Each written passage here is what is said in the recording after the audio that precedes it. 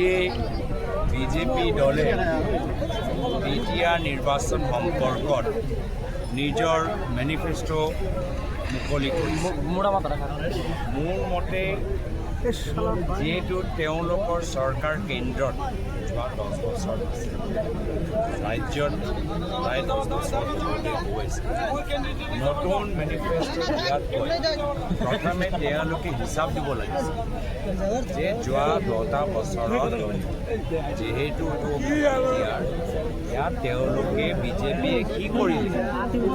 এতিয়া মোৰ তথ্য আছে যে কিমান উন্নয়নৰ ক্ষেত্ৰত তেওঁলোকে দ্বিতীয় অঞ্চল কিমান পিছুৱাই ৰাখিলে আৰু মাত্ৰ এটিএম দৰে ব্যৱহাৰ কৰি ইয়াৰ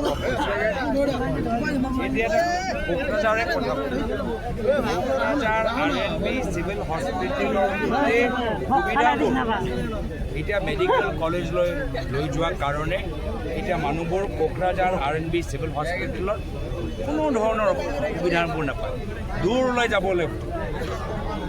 যদি আপোনালোকে বৰমা মডেল হস্পিটেলত যায়, বাক্সা বিধানসভাৰ, বৰমা মডেল হস্পিটেলৰ অৱস্থা আটাইতকৈ বেয়া।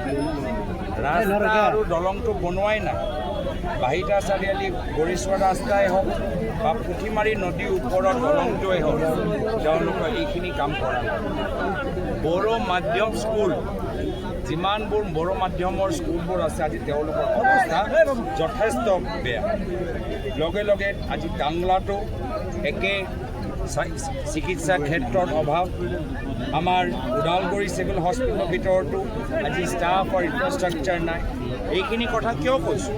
যিহেতু মুখ্যমন্ত্ৰী এটা সময়ত নিজে স্বাস্থ্যমন্ত্ৰী আছিল, কিন্তু এই টাংলা, ওদালগুৰি, কোকৰাঝাৰ য'তেই আমি যাওঁ, আজি চিকিৎসাৰ ক্ষেত্ৰত যথেষ্ট আমাৰ সুবিধা আমি দেখা পাইছোঁ। আজি গড়েশ্বৰ তামোলপুৰ ফ্লাইঅভাৰ ক'ত কামখিনি কিয় সম্পূৰ্ণ হোৱা নাই? তাততো মুখ্যমন্ত্ৰী নিজে কৈছে। এনেধৰণৰ বহুতখিনি কথা বিজেপিয়ে আগৰ নিৰ্বাচনত কৈছে, মাটি দিম কথা কৈছে, মাটি পাবই কথা কৈছে, মাটি দিম কৈছিল। আৰু তাৰপিছত কি হ'ল? মাটি চুৰি হৈ পৰ্বত জৰাত য'ত আমি আহিছোঁ, ইয়াৰ পৰাই মানুহৰ লগত আলোচনা নকৰাকৈ এদিন ৰাইজ উঠিলে, দেখিলে তেওঁলোকৰ মাটি চুৰি হ'ল। তো এইখন বিজেপি দলৰ ভিতৰত আমি গৰু চোৰ, ভোট চোৰটো শুনিছোঁ, কিন্তু যিদৰে বড়ো, ৰাভা, মিচিং, কাৰ্বি, ডিমাচা আৰু ভাষিক সংখ্যালঘু, ধৰ্মীয় সংখ্যালঘু মানুহৰ আলোচনা নকৰাকৈ মাটি লৈছে, মাটি চুৰ সোমাইছে। সেইকাৰণে এই দ্বিতীয় নিৰ্বাচনত বা আগন্তুক দিনত অসম বিধানসভা নিৰ্বাচনত মানুহে সিদ্ধান্ত লৈছে যে গৰু চোৰ, মাটি চোৰ, ভোট চোৰক, আঁচনি চোৰক আমি এইবাৰ আৰু ভোট নিদিম। সংকল্প পত্ৰখন যিহেতু আজি তেখেতসকলে প্ৰকাশ কৰিছে, এইখন আচলতে কি ক'ব খোজে, কি অভিযোগ কৰিব খুজিছে? মই গোটেইখিনি কথা ক'লোঁ যে হিচাপ পত্ৰ দিব লাগিছে, আৰু আমি যে যিখিনি কথাবোৰ ক'লোঁ এইখিনি কথা তেওঁলোকে প্ৰতিশ্ৰুতি দিছে, আৰু কিয় তেওঁলোকে কৰিব নোৱাৰিলে তেওঁলোকে জানিব, তেওঁলোকে ক'ব লাগিব। মই নাজানো, কেন্দ্ৰীয় চৰকাৰৰ পৰা পইচাটো আহিলে নিশ্চয়, কেন্দ্ৰটো তেওঁলোকৰ চৰকাৰ, পইচাটো আহিলে পইচা গ'ল ক'ত? গড়েশ্বৰ সেই ফ্লাইঅভাৰৰ, গড়েশ্বৰ তামোলপুৰৰ পইচা, ফ্লাইঅভাৰৰ পইচাটো ক'ত গ'ল? হস্পিটেলৰ নামত যে বহুত পইচাবোৰ যে আহি থাকে, আয়ুষ্মান ভাৰতৰ যে পইচাবোৰ আহি থাকে, পইচা ক'ত গ'ল? টাংলা হওক, ওদালগুৰি হওক, কোকৰাঝাৰ হওক, গোসাইগাঁও হওক, মানুহবোৰতো তাত চিকিৎসা নাপায়, ক'ত গ'ল পইচাবোৰ? আৰু ইয়াৰ দায়িত্ব কোনে ল'ব? যিখন চৰকাৰ ৰাজ্যত আছে, কেন্দ্ৰত আছে, তেওঁলোকেহে ল'ব লাগিব। বিৰোধী ঐক্যমঞ্চৰ মিত্ৰতাৰ ক্ষেত্ৰত কি ধৰণৰ সিদ্ধান্ত ল'ব? কি ক'লে? বিৰোধী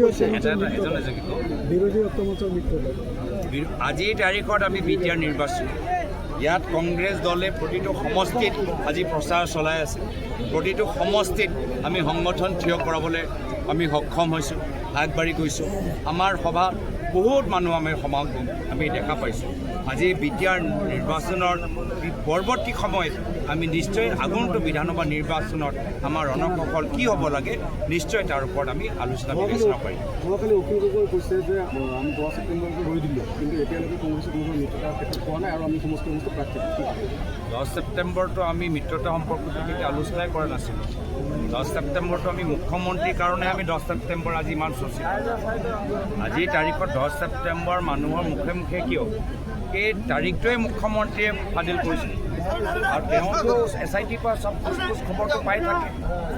যদি তেওঁলোকে গম পাই আছে যে SIT একো ধৰণৰ তদন্ত কৰিব বা তথ্য পোৱা নাই, 10 ছেপ্টেম্বৰটো তেওঁ ক'ব নালাগিছিল। তেওঁ নিজে উঠাই দিলে আৰু পিছত খুচ হৈ গ'ল। এতিয়া আমাক নাচিলেও তেওঁৰ আপত্তি, আমাক গান গালেও তেওঁৰ আপত্তি। আমি কৈছোঁ ইমান টেনশ্যন ল'ব নালাগে, অলপ relax, cool down. Jayanta Malla বৰুৱাই কৈছে যে এইটো SIT যিটো প্ৰতিবেদন সেইটো কেবিনেটত অসম কেবিনেটত এটা সিদ্ধান্ত লোৱা হয়। ৰাজ্য কৰক না, কেবিনেট কিয়? ৰাইজৰ মাজত আলোচনা হওক, ৰাইজৰ মাজত আমিতো বিচাৰোঁ ৰাইজক বিস্তাৰে ৰাইজৰ মাজত। মুখ্যমন্ত্ৰী ডাঙৰীয়া SIT সম্পৰ্কে কৈছে যে বহুত বিস্ফোৰক তথ্য আছে। মুখ্যমন্ত্ৰী এইটোৱে কৈছোঁ, মানে ভাঙা কেছেটৰ দৰে আমি একেখিনি কথা অসমৰ ৰাইজে যোৱা 6 মাহৰ পৰা শুনি আছে।